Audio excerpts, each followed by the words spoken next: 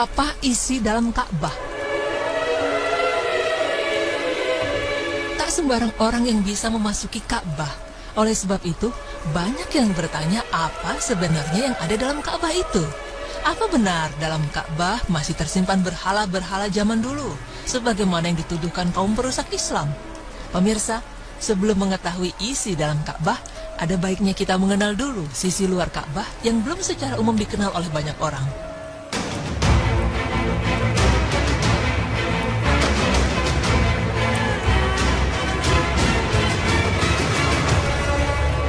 Pintu Ka'bah setinggi 2 meter dari lantai, naik dengan menggunakan tangga seperti tangga mimbar. Saat ini tangganya terbuat dari kayu berlapis perak yang dihadiahkan oleh salah seorang pengusaha India ke Ka'bah. Tangga tersebut tidak diletakkan di dekat Ka'bah, kecuali jika pintu itu akan dibuka untuk kunjungan dalam momen-momen tertentu tidak lebih dari 15 kali setahun. Lalu ada juga pancuran yang muncul dari atas atap di bagian tengah dinding rukun utara dan rukun barat. Pancuran itu disebut Mizab Rahmah. Mizab ini dibuat oleh Al-Hajjaj bin Yusuf dengan tujuan agar air tidak tergenang di atap Ka'bah. Pada tahun 959 Hijriah, Sultan Sulaiman Al-Utsmani mengganti ujungnya dengan bahan perak. Kemudian pada tahun 1021 Hijriah, Sultan Ahmad Al-Utsmani mengganti ujungnya dengan perak berukir yang ditulis dengan tinta biru berselang-seling emas. Pada tahun 1273 Hijriah, Sultan Abdul Majid Al-Utsmani mengirim pancuran air yang seluruhnya terbuat dari emas. Mizab atau pancuran air itulah yang ada sampai sekarang ini. Di depan Mizab terdapat Al-Hatim, yaitu bangunan melengkung setengah lingkaran yang kedua ujungnya berada di rukun utara dan barat dengan jarak 2,3 meter. Tingginya 1 meter dan tebalnya 1,5 meter. Bagian ini dibeton dengan batu pualam berukir dan di sepanjang bagian atas terdapat tulisan yang dipahat. Jarak dari tengah dinding bagian dalam ke dinding Ka'bah 8,44 meter. Ruang yang ada di antara keduanya disebut Hijr Ismail. Lalu bagaimana fisik dalam Ka'bah?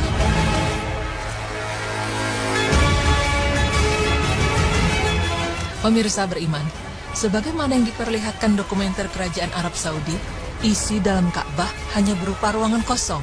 Berikut ada 7 bagian di dalam Ka'bah yang harus kita ketahui, agar terhindar dari fitnah orang-orang yang mengatakan bahwa Ka'bah berisi berhala zaman dulu.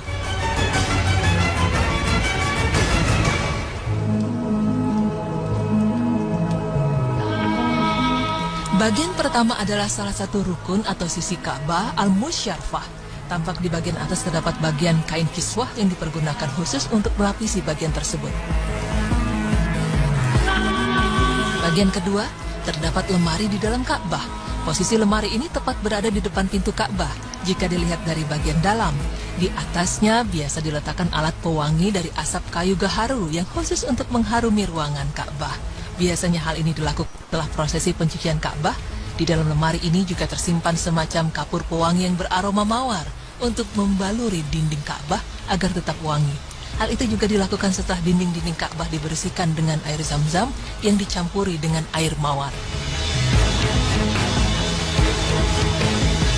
Bagian ketiga ini adalah tempat sholat Rasulullah SAW ketika beliau memasuki Ka'bah. Raja-raja, gubernur-gubernur Mekah Al-Mukarramah atau tamu kerajaan selalu sholat di tempat ini sebelum memulai prosesi pencucian Ka'bah. Mungkin setelahnya kita berharap bisa menjadi orang-orang yang bisa ikut sholat di tempat ini. Bagian keempat merupakan bagian kecil di dinding Ka'bah berupa batu tertentu. Posisinya menghadap tempat sholat tadi. Pada batu tersebut tertulis kalimat La ilaha illallah Muhammad Rasulullah.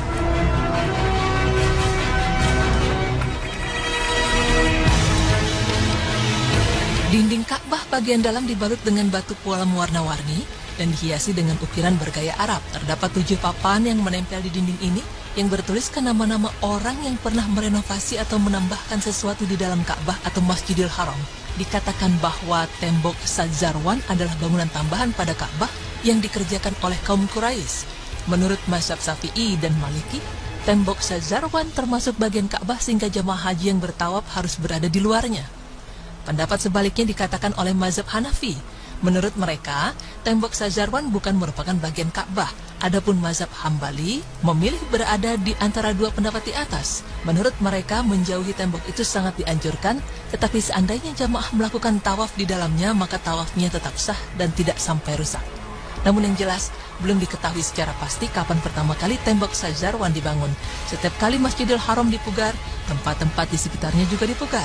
Tembok Syazarwan mengalami pemugaran pada tahun 542 Hijriah, 636 Hijriah, 660 dan 1010 Hijriah.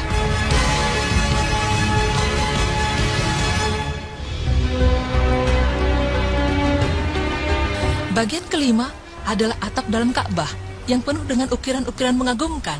Selain itu, atap tersebut juga dihiasi dengan lampu-lampu indah yang terbuat dari emas murni dan dari perhiasan-perhiasan indah lainnya.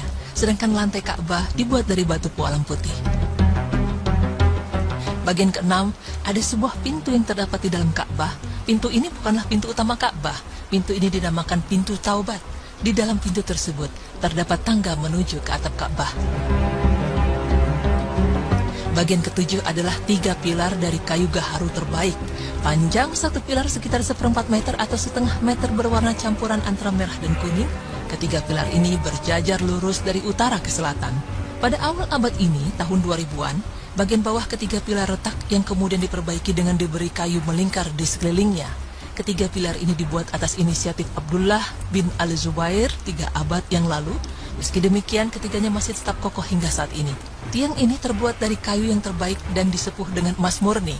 Bagian atasnya terlihat kain kiswah, bagian dalam yang berwarna hijau. Tampak juga ada lampu-lampu kecil, tempat pengasapan kayu gaharu, dan wadah-wadah. Benda-benda tersebut adalah hadiah pemberian dari para khalifah, para sultan, para amir, dan para raja sepanjang sejarah Islam untuk Ka'bah yang mulia. Pemirsa beriman, terbukti sudah bahwa isi dalam Ka'bah tidak seperti yang dituduhkan oleh kaum perusak Islam. Adapun Ka'bah hanya sebagai simbol atau tanda agar kita sholat menghadap kepadanya, sehingga ketika beribadah kita serempak hanya menuju ke satu arah saja. Jadi ini bukanlah berarti kita menyembah Ka'bah, sebab kita tetap menyembah Allah, hanya saja menghadap ke arah kiblat, yaitu Ka'bah.